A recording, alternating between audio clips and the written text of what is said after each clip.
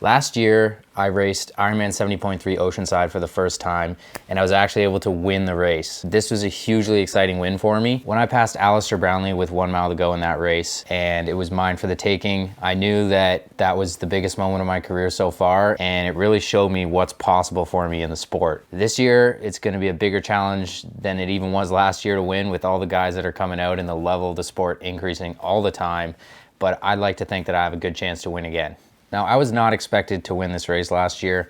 I was probably not on too many people's radars, but I was able to pull off the upset. I had my best swim of my career. I came out only about 20 seconds behind the leader, got onto the bike and quickly made my way into that lead group where I knew that the winner was gonna come from there and I needed to hang on. I was able to hang in there the whole ride, actually picked up the fastest bike split, and then I was just trying to run with these stellar athletes, Alistair Brownlee, Rudy Von Berg, Ben Canute. I dropped back a little bit in the midsection of the run, but I was able to pass Alistair with 1 mile to go to take the win. I think even this year, even though I've got the bib number 1, most people probably aren't expecting me to win. Jan Frodeno's coming back. He's one of the best in the sport's history.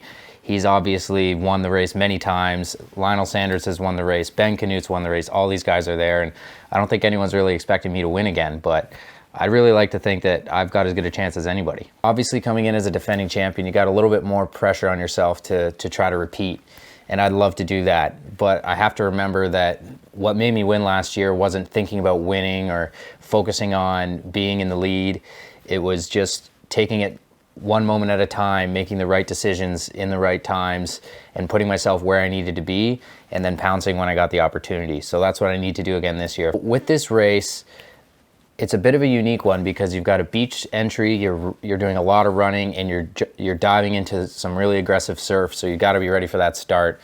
That's one thing I did really well last year is I got confident and comfortable doing that, and that put me in a great spot at the start of the race. So that's the really most important thing for the swim.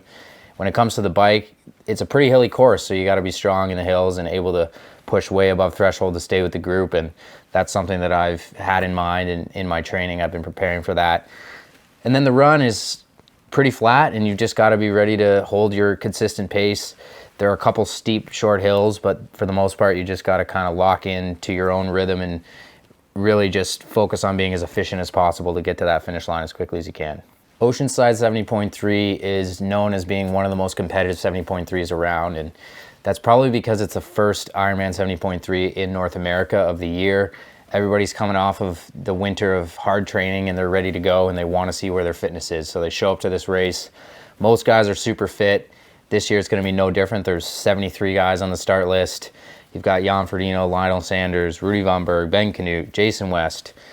Tons of super strong names of guys who've won many races before, and a lot of them have won Oceanside before. So this is, going to be probably as competitive as it's ever been, if not more. And I can't wait for the challenge of racing the best guys. And if you can win in Oceanside when this type of field shows up, then you can win on any stage. Here's how I've been preparing for this race. My training block, I'm viewing it as a 4-week block. So my weeks start on Sundays. I always do a hard swim. It's about a 90-minute swim, 5 to 6K, and a long run that day, just a base run. Then Mondays are a really solid day. It's focused on a hard bike ride. Everything else is just some base mileage. The hard bike ride's always on Zwift with some friends. We're always working intervals together, pushing each other, usually about 3-hour ride. Tuesdays are focused on a hard swim and a hard run, so that's kind of a tough day to do both. And then a little bit of an easy ride just for some mileage. Then I'm definitely ready for a recovery day on Wednesdays.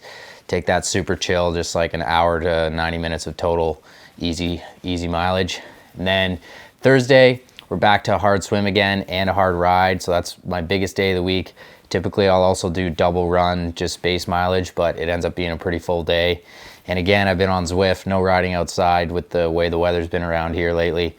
And same group of guys, especially Cody, getting him involved in Zwift has been good. He's been loving it, and we push each other on those days for sure. And then Fridays, we're back to a hard run workout, usually my hardest run of the week, and a bit of a mileage swim, not too hard.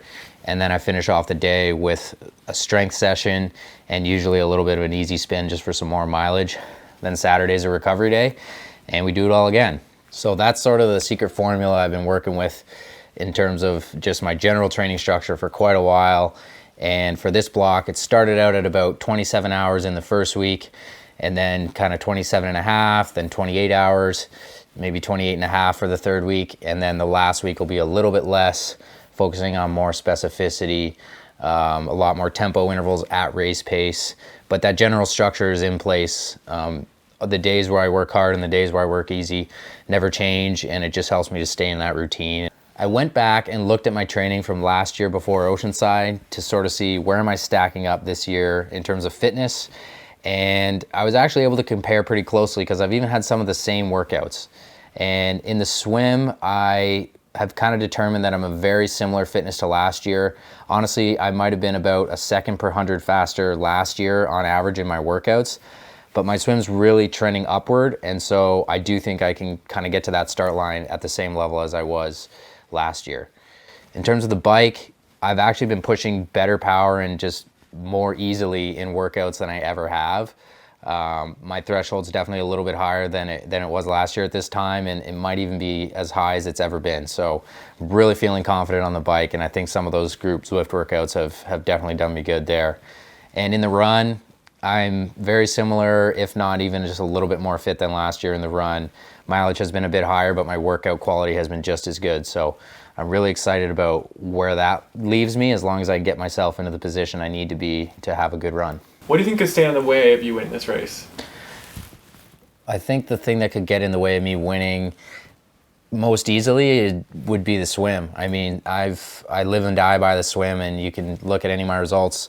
When I have a great swim, I have a great race. When I have a poor swim, sometimes I have a pretty good race, but usually I don't win or even make it to the podium. So that's definitely my biggest apprehension, is how am I going to get on in the swim, and how can I, minimize that gap to the leaders. What do you think your greatest strength is in this race? I'm feeling very confident in my cycling right now. It's definitely my strength. I've just been able to push power like I haven't before, and it feels more relaxed than it has. I've been doing almost all of my intervals, even in the aero bar position, to make it as specific as I can, and it doesn't seem to be limiting me. So I am quite confident that I'm going to be able to ride very well and as strong as anyone in this race. Do you think you'll be able to take Jan? Well, it depends what Jan we get, whether I'm going to be able to take him or not. It's obviously a question mark if he can come back and be at the same form he was before, but if he comes in and races at the level he has, I think we're all in trouble. What he did at Ironman 70.3 World Championships in 2018 in South Africa, he ran a 106 off the bike, and he's at the front the entire swim bike. So that's pretty tough to compete with, and if we get that Jan, I think I'm in a bit of trouble, but it's not his A race for the year either. So it always depends what kind of form people have showing up, and I think my form's pretty good right now, so I think I have a pretty good chance. So if I've learned anything about racing, it's that you can't predict exactly how it's going to play out, because you're going to be wrong. But I still always like to try to. So in this race, as usual, you're going to always have a front pack of swimmers that are very fast. You've got Jan, Eric Lagerstrom, Sam Appleton, Ben Canute, probably Matt McElroy and Jason West will be able to sneak in there. They're really fast. And a whole bunch of other guys that are going to try to push the pace on the swim. Mickey Tagholt will be in there for sure. Then you're probably going to have some people in the middle, guys like me who sometimes get in there, sometimes don't. You're going to have a chase pack that's probably a little bit slower in the swim, but has some firepower on the bike, which is definitely going to be Sam Long, Lionel Sanders. Hopefully not me. Hopefully I'm in that front group. Chris Lieferman's another guy who's sometimes in the front, sometimes not. And these guys are going to be chasing really hard on the bike, and I wouldn't be shocked if a few of them are able to bridge up or at least close some of the gap. When it comes to the run, it just depends who's all there. Like if Jason West can hang in with the front group on the bike, he's pretty tough to beat on the run. He's run 107s, like he's crazy fast. Matt McElroy, if he's got his time trial riding figured out, then you can't really bet against him in the run. But obviously you've got Jan. He's always going to run strong. Lionel can run super quick. Sam can run super quick. Ben can run quick. Rudy, all these guys. Part of the question is, are some of these super runners like Jason West and Matt McElroy going to be able to hang in on the bike or not? So coming off the bike, I think the winner of this race is going to come from that lead group off the bike. And whoever wins the race is going to have to run a 109, maybe even a 108 to win. So if you're not running a 109, I don't think you got much of a chance. Do you think you can run a 109? Last year I ran 110 low, and I know I had a bit more in the tank, and I'm running better now than I was last year. So I got to back myself to be able to run a 109 and give myself a chance in that race. One thing that really works in my favor for this race is the conditions. It's expected to be around 11 degrees in the morning. The cold conditions just suit me. I can push harder. I'm not dehydrating. I just seem to be able to elevate my game. A lot of my competition loves the heat, but you got to be able to handle the cold for this race, so I hope you're ready for that. In preparation for this race, I was contemplating whether I wanted to go to a camp with RTS in Henderson, Nevada, get some nice weather and do some training there. Ended up deciding to stay and just stay at home, stay with what I'm used to and what's been working, but definitely feeling a little bit of that FOMO with the terrible weather we've been having and seeing the awesome footage and weather that they've been getting down there. So I definitely miss those guys, but we'll be meeting up in Oceanside for the race for sure. This year's race is going to be even more challenging than last year. There's a huge start list. Everyone's just been pushing their game and getting stronger.